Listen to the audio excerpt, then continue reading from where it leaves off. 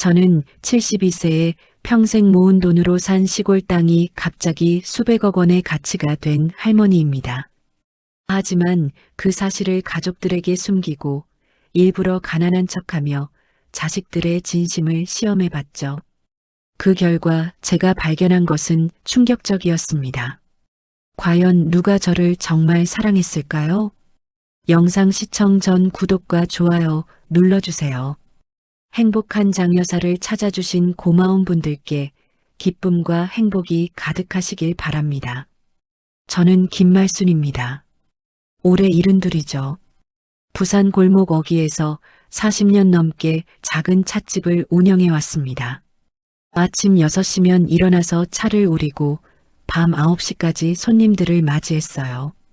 그렇게 평생을 살아온 평범한 노부인이었죠. 찻집은 겨우 6평 남짓했습니다.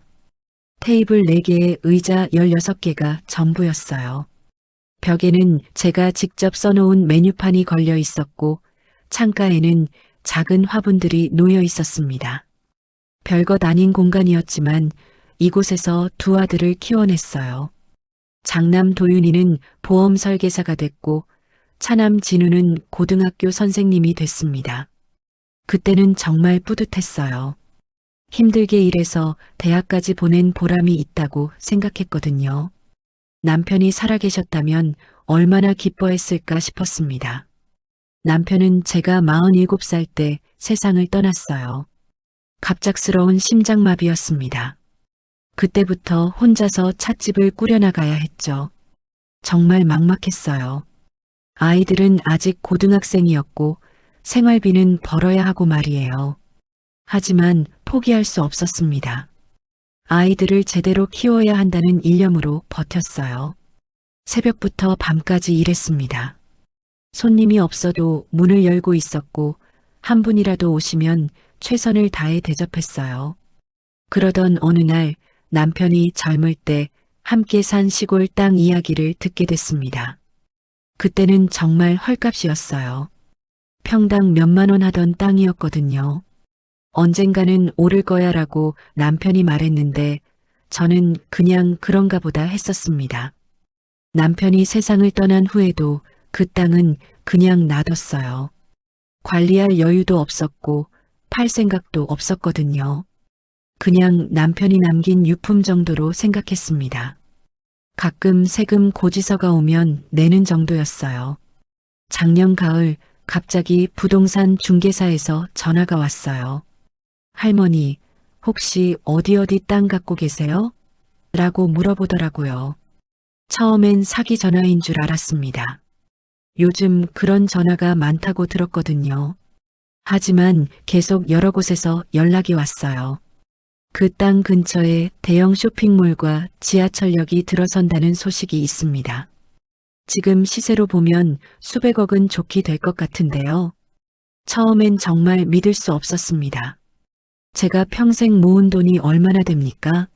찻집에서 번 돈으로 아이들 키우고 생활하느라 저축한 게 얼마나 되겠어요. 그런데 그보다 몇십 배나 큰 돈이라니.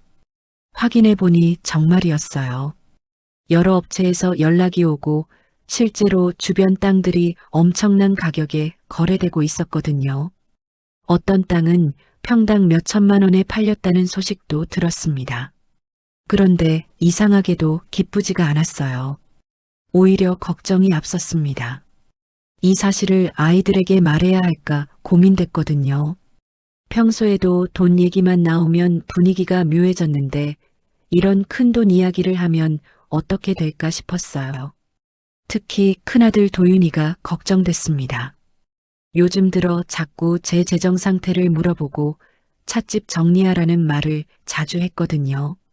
엄마, 이 찻집 언제까지 할 거예요? 몸도 안 좋으신데 그만하시고 편히 지내세요. 라는 말을 입에 달고 살았어요. 처음에는 정말 제 건강을 걱정해서 하는 말인 줄 알았습니다. 하지만 시간이 갈수록 뭔가 다른 의도가 있는 것 같았어요. 말투나 표정에서 계산적인 느낌이 들었거든요. 둘째 진우도 마찬가지였어요. 원래 조용하고 성실한 성격이었는데 요즘에는 아내 눈치를 보느라 바빠 보였습니다. 정작 저한테는 별 관심이 없는 것 같았어요. 며느리들도 겉으로만 공손할 뿐 속마음은 알 수 없었습니다. 그날 밤 잠자리에 누워서 정말 많은 생각을 했어요. 과연 내 자식들이 나를 진심으로 사랑하는 걸까? 아니면 혹시 돈 때문에 관심을 보이는 건 아닐까? 이런 의심이 들기 시작하니까 정말 마음이 아팠습니다. 평생 성실하게 살아왔는데 이제 와서 자식들을 의심해야 한다니. 이런 제 자신이 너무 비참했어요. 하지만 현실을 제대로 봐야겠다고 생각했습니다. 진실을 알고 싶었거든요. 그래서 결심했어요. 이 땅 이야기는 아직 아이들에게 말하지 않기로 했습니다.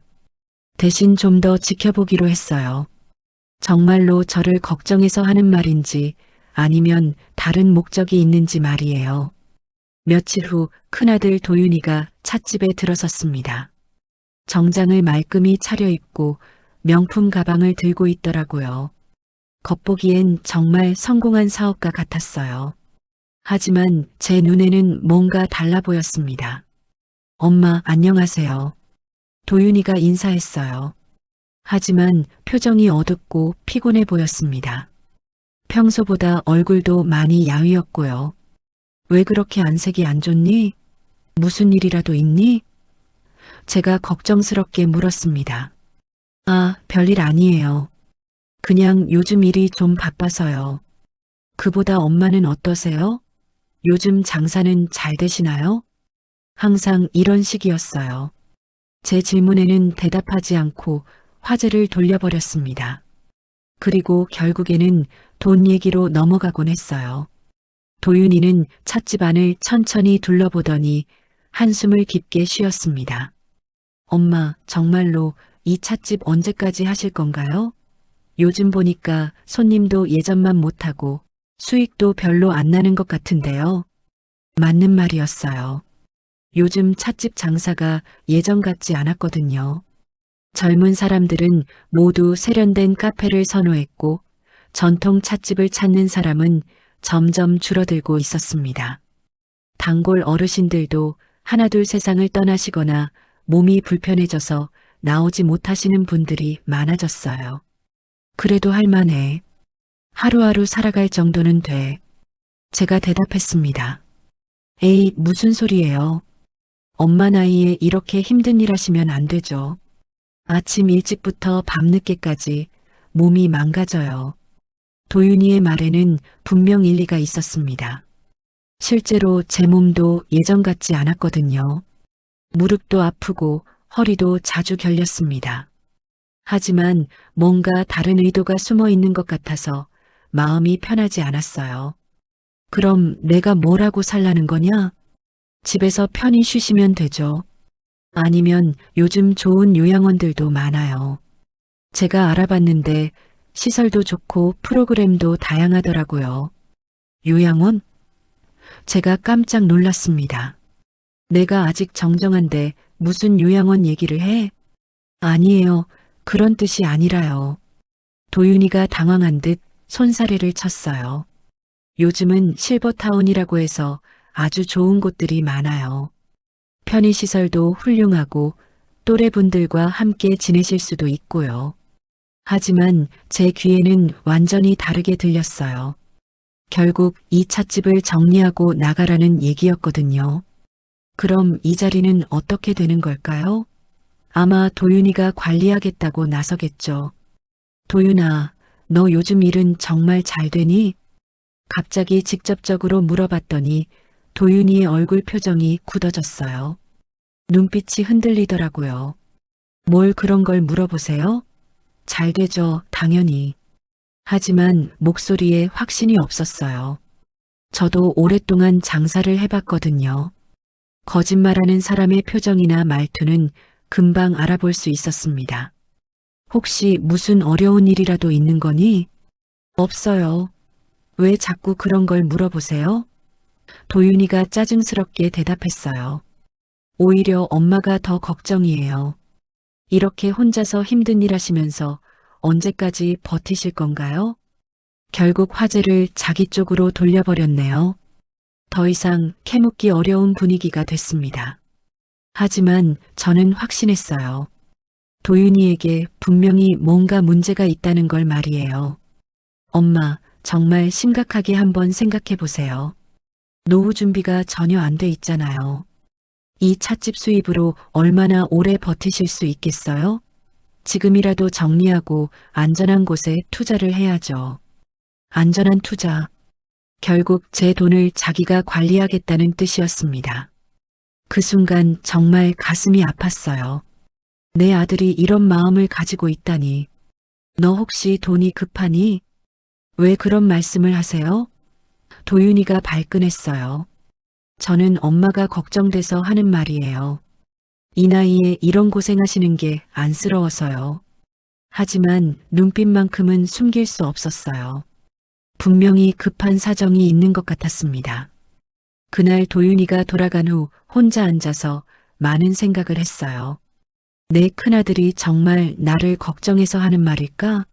아니면 다른 목적이 있는 걸까? 점점 의심이 커졌습니다. 둘째 진우는 형과는 정반대 성격이었어요. 조용하고 성실했죠. 고등학교에서 역사를 가르치는 선생님이었는데 학생들에게도 인기가 많다고 들었습니다. 성격이 온화해서 누구와도 잘 어울렸거든요. 하지만 진우에게는 큰 고민이 하나 있었어요. 바로 아내였습니다. 진우의 아내는 성격이 좀 까다로웠거든요. 특히 저에 대한 태도가 그랬어요. 겉으로는 공손한 척하지만 속으로는 다른 생각을 하고 있는 게 느껴졌습니다. 어느 일요일 오후 진우가 아내와 함께 찻집에 왔어요. 며느리는 평소처럼 단정한 옷차림이었지만 표정이 좀 굳어 보였습니다. 뭔가 불만이 있어 보였어요. 어머니, 안녕하세요. 며느리가 인사했습니다. 하지만 미소가 억지스러웠어요. 진심이 느껴지지 않았거든요. 그래, 왔구나. 앉아라. 제가 반갑게 맞이했어요. 진우는 아내와 저 사이에서 어쩔 줄 모르는 표정이었어요. 평소에도 그랬거든요. 집에서 아내가 저에 대해 불평할 때도 그냥 듣고만 있었다고 해요. 뭐라고 말할 용기가 없는 것 같았습니다. 어머니, 요즘 몸은 어떠세요? 며느리가 의례적으로 물었어요. 괜찮다. 너희는 잘 지내고 있지? 저희야 뭐 그럭저럭이죠. 그런데 어머니가 정말 걱정이에요. 이렇게 혼자 계시면서 이렇게 무거운 일을 언제까지 하실 건가요? 또 시작이네요. 결국 다들 똑같은 얘기를 하는 거였습니다. 찻집을 그만두라는 얘기 말이에요. 아직 내가 할 수 있을 때까지는 하려고 한다. 하지만 어머니 나이에는 너무 무리예요. 몸도 예전 같지 않으실 텐데요. 진우도 많이 걱정하고 있어요. 그렇죠, 여보. 며느리가 진우를 쳐다봤어요. 진우는 머뭇거리더니 어쩔 수 없다는 듯 고개를 끄덕였습니다. 하지만 확신이 없어 보였어요. 그렇긴 하죠. 엄마 몸이 걱정되긴 해요. 진우의 대답이 정말 힘없었어요. 과연 정말 제 건강을 걱정해서 하는 말인지 아니면 아내 눈치를 보느라 어쩔 수 없이 하는 말인지 알 수가 없었습니다. 그럼 내가 뭐라고 살라는 거냐? 다른 일은 하실 필요 없어요. 그냥 편히 쉬세요. 저희가 잘 모실 테니까요. 며느리가 말했어요. 듣기에는 좋은 말이었지만 그 다음에 나온 말이 진짜 속내였어요. 대신에 이 찻집은 정리하시는 게 좋을 것 같아요. 관리하기도 힘드시고 수익도 예전만 못하잖아요. 차라리 깔끔하게 정리해서 안전한 곳에 투자하시면 어떨까요? 역시나 결국에는 재산 얘기로 가는 거였어요. 며느리의 눈에서 욕심이 번뜩였습니다. 투자는 무슨 투자를 말하는 거냐? 요즘에는 좋은 금융 상품들이 정말 많아요. 예금 금리도 괜찮고 부동산 투자도 좋고요. 저희가 알아서 관리해 드릴 테니까 걱정하지 마세요. 진우는 아무 말도 하지 못했어요. 아내가 주도하는 대화에 끼어들 용기가 없어 보였습니다. 그 모습을 보니 정말 안타까웠어요. 진우야, 너는 어떻게 생각하니? 저는 진우가 말을 더듬더니 엄마가 편하신 게 제일 중요하다고 생각해요. 정말 애매한 대답이었어요. 정작 자기 생각은 하나도 없는 것 같았습니다. 그냥 아내 말에 따라가기만 하는 거였죠. 며느리가 다시 입을 열었어요. 어머니, 솔직히 말씀드리면 저희도 걱정이 정말 많아요. 어머니께서 혼자서 이런 힘든 일 하시다가 만약에 쓰러지시기라도 하면 어떡해요? 그럼 결국 저희가 다 떠안아야 하잖아요. 그 말을 들으니까 정말 가슴이 철렁했어요. 결국 저를 짐으로 생각하고 있었던 거예요. 사랑해서 모시겠다는 게 아니라 어쩔 수 없으니까 모시겠다는 뜻이었습니다. 진우의 얼굴이 빨갛게 달아올랐어요. 아내의 말이 너무 직설적이었나 봅니다. 여보, 그렇게 말하면 안 되지. 사실이잖아요. 어머니도 현실적으로 생각하셔야 해요. 나이 드신 분이 혼자서 이런 일 하는 게 말이 돼요? 그 순간 저는 확실히 알았어요. 진우도 결국 아내에게 휘둘리고 있다는 걸 말이에요. 제 마음보다는 아내의 눈치가 훨씬 더 중요한 거였죠. 그런데 어머니, 혹시 다른 재산이라도 있으세요? 며느리가 갑자기 물어봤어요. 다른 재산? 예금이나 부동산 같은 거요.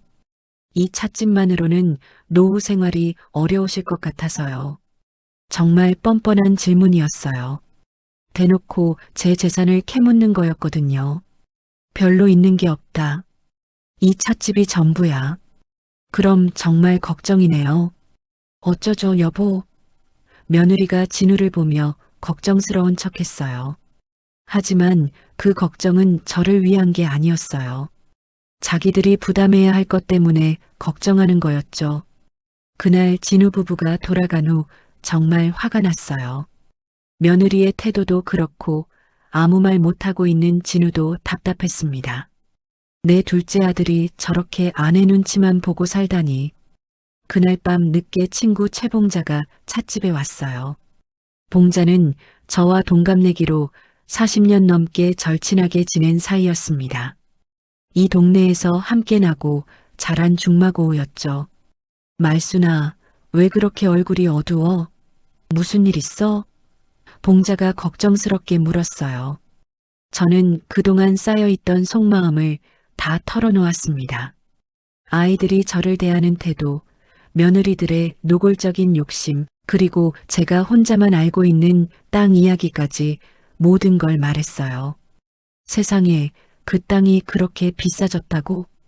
봉자가 눈을 휘둥그렇게 뜨더라고요. 응. 근데 아이들한테는 도저히 말할 수가 없겠어. 벌써 저러고 있는데 이 사실을 알게 되면 어떻게 될지 뻔하잖아. 봉자는 잠시 생각하더니 무릎을 쳤어요. 말순아, 그럼 내가 직접 시험해 보는 게 어때? 시험? 그래. 일부러 돈이 없는 척 해보는 거야. 그럼 애들이 진짜 널 사랑하는지 아니면 돈만 보는지 확실히 알 수 있을 거야. 봉자의 제안을 듣고 가슴이 두근거렸어요. 정말 그렇게 해볼까 싶기도 했지만 한편으로는 무서웠습니다. 만약 아이들이 정말 돈만 보고 있었다면 어떻게 해야 할까요? 어떻게 하라는 거야? 찻집부터 정리하는 척 해봐. 그리고 생활이 어렵다고 하고 말이야. 돈이 떨어져 간다고 하면서 그런 연기를 내가 할 수 있을까? 할 수 있어. 너 원래 연기 잘하잖아. 어렸을 때도 학예회에서 항상 주연 맡았었고 봉자의 말이 일리 있다고 생각했어요. 진실을 알려면 이런 방법밖에 없을 것 같았거든요.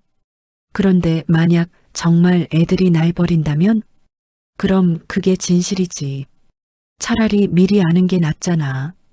그날부터 본격적으로 계획을 세우기 시작했어요. 먼저 찻집 운영을 점점 줄여나가기로 했습니다. 손님이 없어서 어쩔 수 없다는 핑계를 대면서 말이에요. 그리고 평소보다 더 검소하게 생활하는 모습을 보여주기로 했어요. 전기세 아낀다며 일찍 불을 끄고 음식도 간단하게 해먹는 거죠. 며칠 후부터 실제로 실행에 옮겼어요. 찻집 문을 평소보다 1시간 늦게 열고 2시간 일찍 닫았습니다. 그리고 아이들이 올 때마다 한숨을 쉬며 걱정하는 모습을 연기했어요. 요즘 정말 손님이 없어서 걱정이야. 제가 일부러 한숨을 쉬며 말했어요. 그러게요. 엄마가 걱정된다니까요. 도윤이가 대답했지만 그 눈에는 다른 계산이 보였습니다. 진우도 마찬가지였어요. 엄마, 정말 힘드시면 그만하세요. 둘 다 제가 포기하기만을 바라고 있는 것 같았어요. 제 고생이나 마음은 상관없고 그냥 재산만 넘겨받으면 그만인 거였죠. 전기세도 많이 나와서 걱정이야. 요즘 물가도 오르고 하니까 생활비가 부족해. 이런 말들을 하면서 점점 가난한 할머니 연기를 시작했어요. 그날 밤 봉자에게 전화를 걸었어요. 봉자야, 시작했어. 그래, 어때? 애들 반응이 아직은 확실하지 않아. 하지만 뭔가 수상한 기미는 보여. 조금 더 확실하게 해봐. 정말 궁핍한 척하는 거야. 봉자의 격려를 받고 더 철저하게 계획을 실행하기로 했습니다. 이제 정말로 가난한 할머니가 되어보는 거였어요. 과연 그래도 아이들이 저를 진심으로 사랑할까요? 한 달 후, 제 연기는 점점 더 현실적이 되어 갔어요. 찻집은 거의 문을 닫다시피 했고, 생활도 정말 검소하게 했습니다. 옷도 낡은 것만 입고, 음식도 아주 간단하게 해 먹었어요. 아이들의 반응은 제가 예상했던 대로였습니다. 처음에는 걱정하는 척 했지만, 시간이 갈수록 점점 본심이 드러나기 시작했어요. 큰 며느리가 먼저 움직였습니다. 어느 날 도윤이와 함께 와서는 정말 노골적으로 말하더라고요. 어머니, 이래서는 정말 안 되겠어요. 진짜로 요양시설을 알아봐야겠어요.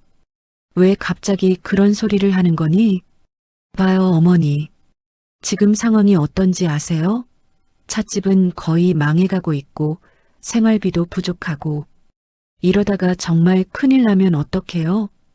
큰 며느리의 말투가 예전과는 완전히 달랐어요. 더 이상 공손하지도 않았고 존댓말도 대충 했습니다.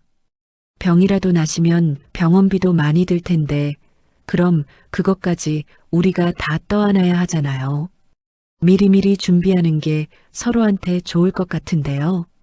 그 말을 듣고 정말 가슴이 무너져 내렸어요. 결국 저를 완전히 짐으로 생각하고 있었던 거예요. 사랑해서 모시겠다는 게 아니라 어쩔 수 없으니까 최소한의 비용으로 처리하겠다는 뜻이었습니다. 도윤이도 거들었어요. 엄마, 솔직히 말씀드리면 저도 요즘 정말 여유가 없어요. 사업이 잘 안 되고 있거든요. 대출 이자도 감당하기 어려운 상황이고요. 드디어 진짜 속마음을 털어놓았네요.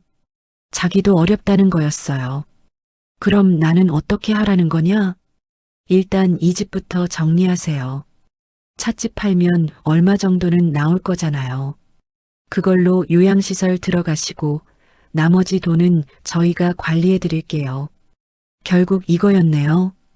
제 재산을 가져가겠다는 얘기였습니다. 관리해 준다는 그럴듯한 명목을 내세워서 말이에요.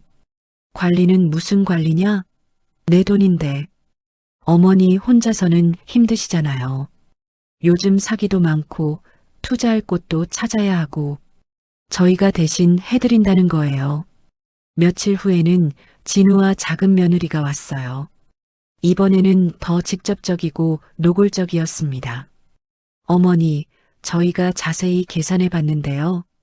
작은 며느리가 A4 용지에 뭔가를 적어온 걸 펼쳐놓으며 말했어요. 지금 상황으로는 앞으로 몇 달 더 버티기도 힘들 것 같아요. 무슨 계산을 그렇게 했다는 거냐? 생활비 계산이요. 찻집 수입은 거의 제로에 가깝고 각종 관리비나 생활비는 계속 나가잖아요. 이런 식으로 가면 정말 몇 달 안에 바닥날 거예요. 작은 며느리가 마치 회계사라도 된 것처럼 자세히 설명했어요. 하지만 그 계산에는 함정이 있었습니다. 제가 가진 예금 통장들은 전혀 계산에 넣지 않았거든요. 물론 그들은 그게 얼마나 되는지도 모르죠. 그래서 어떻게 하자는 거니? 우선 이 집부터 깔끔하게 정리하시고요. 시설 좋은 곳으로 모시겠어요. 대신 재산 관리는 저희가 전적으로 맡아서 해드릴게요. 진우는 아내가 하는 말에 그저 고개만 끄덕일 뿐이었어요. 자기 의견은 전혀 내지 못했습니다. 진우야, 너도 정말 그렇게 생각하니? 저는 진우가 한참 말을 더듬더니 엄마가 편하신 게 제일 중요하다고 생각해요. 또 그 애매한 대답이었어요. 정작 자기 생각은 하나도 없는 것 같았어요. 그날 밤 혼자 앉아서 정말 많이 울었습니다. 40년 동안 온 정성을 다해 키운 아이들이 결국 이런 마음이었다니 너무 실망스럽고 슬펐어요. 봉자가 전화를 걸어왔어요. 말순아, 어떻게 지내? 봉자야. 저는 울먹이며 모든 상황을 설명했어요. 이제 확실해졌네. 애들이 진짜 속마음을 다 드러냈잖아. 너무 슬퍼. 내가 뭘 잘못했을까? 내가 잘못한 게 아니야. 그냥 세상이 그런 거지. 그래도 아직 끝난 게 아니야. 조금 더 지켜봐. 봉자의 위로 덕분에 조금 마음이 진정됐지만 상처는 쉽게 아물지 않았어요. 그런데 정말 뜻밖의 일이 생겼어요. 진우의 딸, 그러니까 제 손녀 은지가 갑자기 찾아온 거예요. 은지는 23살로 대학교를 막 졸업하고 취업 준비를 하고 있었습니다. 할머니, 안녕하세요. 은지가 밝은 목소리로 인사했어요. 어머, 은지야. 웬일로 왔니? 그냥 할머니 보고 싶어서 왔어요. 요즘 어떻게 지내세요? 은지의 목소리에서는 정말 진심이 느껴졌어요. 다른 가족들과는 완전히 달랐습니다. 계산이나 속셈이 전혀 없어 보였거든요. 할머니가 요즘 많이 힘드시다고 아빠가 그러던데 정말 괜찮으세요? 괜찮다, 괜찮아. 할머니는 괜찮다. 에이, 그러지 마세요. 제가 뭔가 도와드릴 일은 없어요? 은지는 정말로 저를 걱정하는 것 같았어요. 그래서 조금 솔직하게 말해봤습니다. 요즘에 찻집 장사가 정말 안 되는구나. 그럼 제가 와서 도와드릴게요. 저 지금 취업 준비하느라 시간도 많거든요. 아니다, 괜찮다. 너는 내 할 일만 해. 하지만 은지는 다음 날부터 정말로 찻집에 나왔어요. 청소도 도와주고 손님 응대도 도와주고 무엇보다 제 이야기 상대가 되어줬습니다.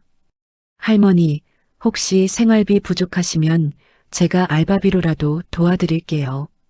은지의 말을 듣고 눈물이 날 것 같았어요.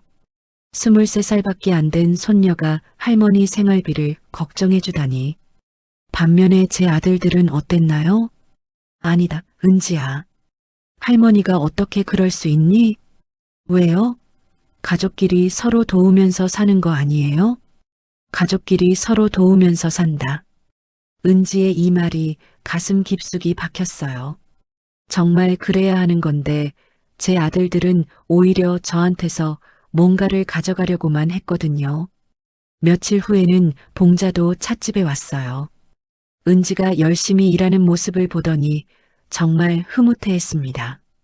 이 애가 은지구나? 참 착하고 예쁘네. 네, 안녕하세요. 은지가 정중하게 인사했어요. 봉자는 저를 한쪽으로 불러내더니 속삭였어요. 말순아, 진짜 효녀가 따로 있었네. 저 애가 진짜야. 그날부터 은지는 더 자주 찾아왔습니다. 할머니가 혼자 있으면 안 된다며 저녁 시간에도 함께 있어줬어요. 그리고 제게 집안 소식도 전해줬습니다. 할머니, 아빠하고 엄마가 요즘 집에서 할머니 얘기를 정말 많이 해요.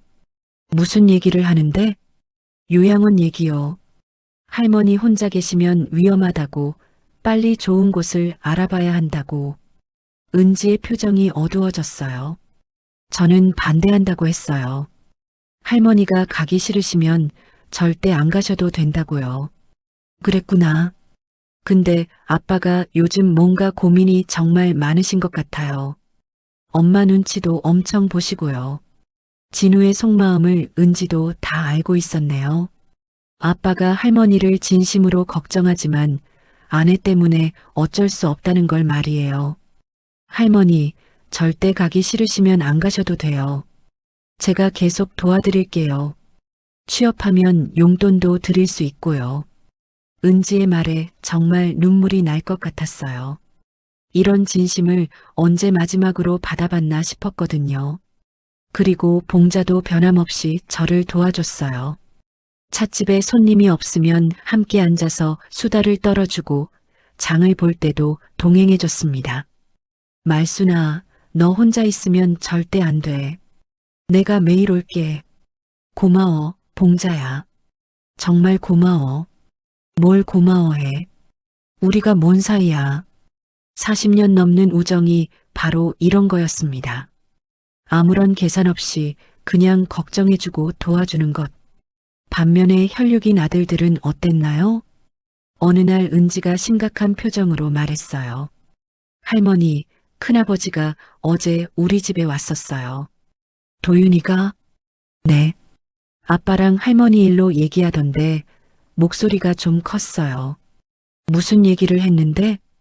정확히는 안 들렸지만 할머니 재산 관리 얘기 같았어요. 큰아버지가 뭔가 정말 급한 일이 있는 것 같더라고요. 역시나 도윤이에게 정말 급한 사정이 있었던 거예요. 그래서 제 재산에 그렇게 관심을 보였던 거죠. 할머니, 혹시 큰아버지한테 돈 빌려주신 일이 있어요? 아니다. 그런 일은 없어. 그럼 왜 그러실까요? 아빠도 되게 걱정스러워 보이던데. 은지의 걱정이 저에게도 고스란히 전해졌어요. 아무래도 뭔가 큰 일이 벌어질 것 같았습니다. 드디어 그날이 왔어요. 도윤이가 진우와 함께 찾아와서는 정말 심각한 표정으로 말했습니다. 엄마, 더 이상은 정말 미룰 수 없을 것 같습니다. 뭘 미루지 못한다는 거냐? 엄마 상황을 봐서는 이대로 둘 수가 없어요. 정말로 요양시설을 당장 알아봐야겠어요. 도윤이의 말에 진우도 심각하게 고개를 끄덕였어요. 하지만 확신이 없어 보였습니다. 그리고 솔직히 말씀드리면 저도 지금 정말 많이 힘든 상황이에요. 도윤이가 계속 말했어요. 사업 자금 때문에 은행 대출까지 받아야 하는 상황이거든요. 드디어 완전히 본색을 드러냈네요. 제 돈이 급하게 필요했던 거예요. 그러니까 엄마도 현실적으로 생각하셔야 해요. 이 집도 정리하시고 재산도 안전하게 관리하시고요. 안전하게 관리한다는 게 도대체 뭔 뜻이냐? 저희가 대신 관리해드린다는 뜻이에요. 엄마 혼자서는 너무 힘드시잖아요. 바로 그 순간 저는 결심했어요. 이제 진실을 다 밝혀야겠다고 말이에요. 그래, 알겠다. 그럼 너희한테 할 얘기가 하나 있다. 저는 안방으로 들어가서 금고에서 서류 봉투를 꺼내왔어요. 그 안에는 제가 가진 땅의 감정서와 각종 관련 서류들이 모두 들어 있었습니다. 이것 좀 봐라. 제가 서류를 테이블 위에 펼쳐 놓았어요. 도윤이와 진우가 서류를 들여다보더니 얼굴이 하얗게 변했어요. 입이 떡 벌어진 채 말을 못하더라고요. 엄마, 이게 대체 뭐예요? 내가 가진 땅이다. 너희 아버지와 젊을 때 함께 산 땅 말이야. 그런데 이 금액이, 맞다. 그 땅이 지금 수백억 원의 가치가 됐다. 두 아들이 서로 얼굴을 쳐다보더니 완전히 멍해졌어요. 아무 말도 못하고 있더라고요. 그럼 엄마는 지금까지 도대체 왜?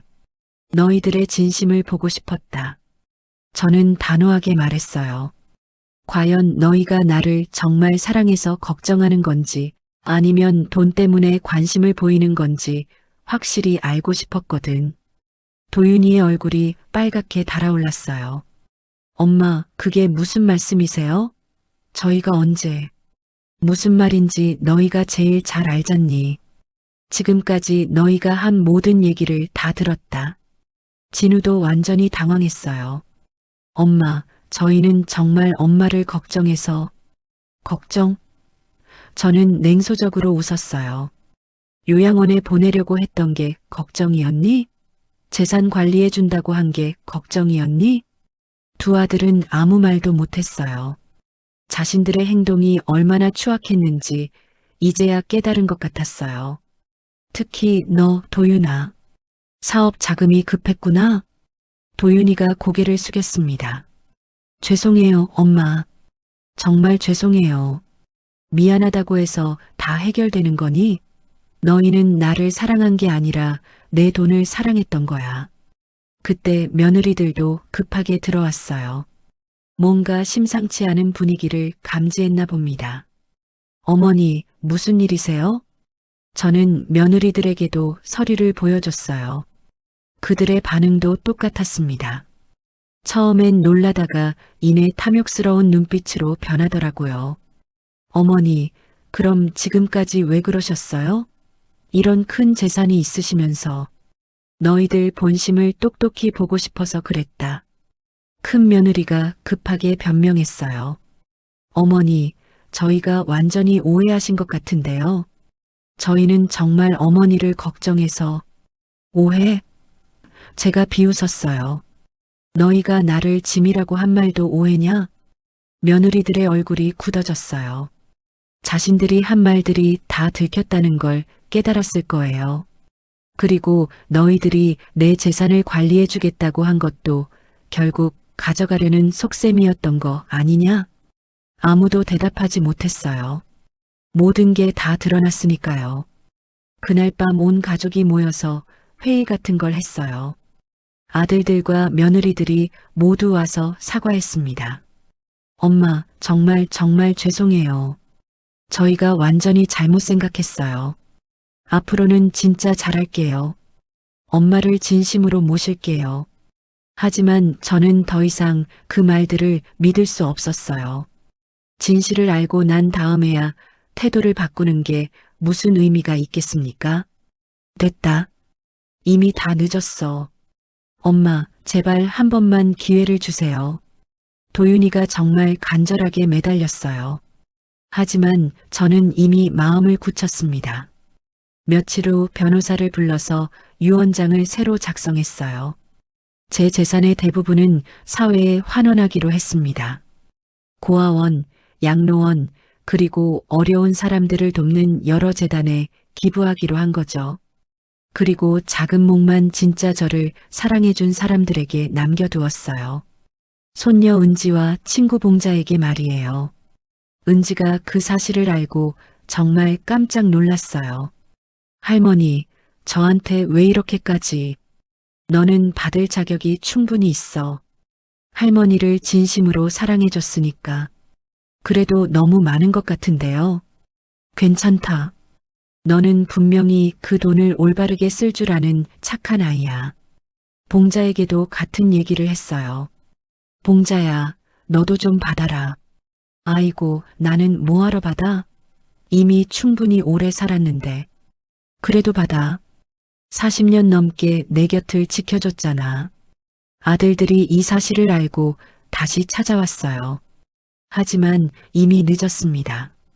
엄마, 제발 다시 한 번만 생각해 주세요. 안 된다. 이미 결정한 일이야. 그럼 저희는 어떻게 해요? 너희는 지금까지도 잘 살아왔잖니. 앞으로도 그렇게 살면 돼. 도윤이가 울먹였어요. 엄마, 정말 잘못했어요. 제발 용서해 주세요. 하지만 저는 마음을 바꾸지 않았습니다. 한번 깨진 신뢰는 쉽게 회복되지 않거든요. 그 후로 석 달이 지났어요. 아들들은 가끔 찾아오지만 예전과는 완전히 다릅니다. 어색하고 불편한 분위기예요. 아마 정말로 후회하고 있을 거예요. 하지만 저는 전혀 후회하지 않아요. 진실을 제대로 알게 됐으니까요. 그리고 정말 소중한 사람들을 구별할 수 있게 됐으니까요. 지금도 은지는 거의 매일 찾아와서 저를 돌봐줍니다. 취업도 했는데도 시간을 내서 할머니를 챙겨주고 있어요. 봉자도 마찬가지예요. 몸이 아픈 날에도 저를 보러 옵니다. 이 사람들이야말로 제 진짜 가족인 셈이죠. 가끔 이런 생각을 해요. 만약 처음부터 땅 이야기를 솔직하게 했다면 어땠을까? 아마 아들들이 훨씬 더 친절하게 굴었을 거예요. 하지만 그것도 결국 가짜였을 겁니다. 진심은 절대 숨길 수가 없어요. 언젠가는 반드시 드러나게 되어 있습니다.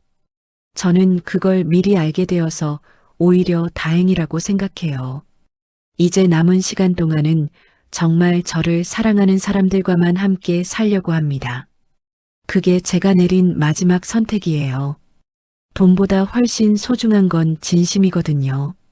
그리고 그런 진심을 가진 사람은 생각보다 정말 많지 않다는 것도 깨달았습니다.